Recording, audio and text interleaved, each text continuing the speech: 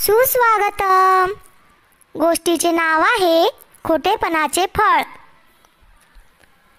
काळू नावाचा एक गुराखी शेळ्यांना चारण्यासाठी दररोज जंगलात जात असे. त्या खोडकर गुराख्याचे मन जंगलात रमत नव्हते, म्हणून तो नव्या नव्या खोड्या करीत असे. एक दिवस खोडकर गुराख्याने खोटे चोरडणे सुरू केले. लांडगा आला, वाचवा वाचवा, लांडगा आला. आजूबाजूला शेतात काम करणारे शेतकरी गुराख्याच्या मदतीसाठी धावत गेले. एका शेतकऱ्याने विचारले, कुठे आहे लांडगा?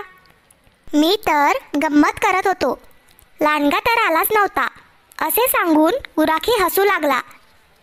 शेतकरी गुराख्याला रागवले आणि शेतांकडे पळत गेले. काही दिवसानंतर गुराख्याने पुन्हा तीच मस्करी केली. शेतकरी यावेळी देखील आले आणि त्याला रागावून परत गेले. एक दिवस खरोखरच लांडगा आला. गुराखी मदतीसाठी ओरडू लागला. शेतकऱ्याने गुराख्याचे ओरडणे ऐकले, पण त्यांना असे वाटले की तो मस्करी करीत आहे.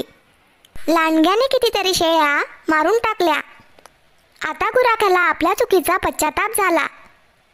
तात्पर्य, खोटे बोलणाऱ्या व्यक्तीच्या खऱ्या बोलण्यावर देखील लोक विश्वास ठेवत नाहीत. अशाच नवनवीन गोष्टी ऐकण्यासाठी आत्ताच माझ्या चॅनलला सबस्क्राईब करा. धन्यवाद.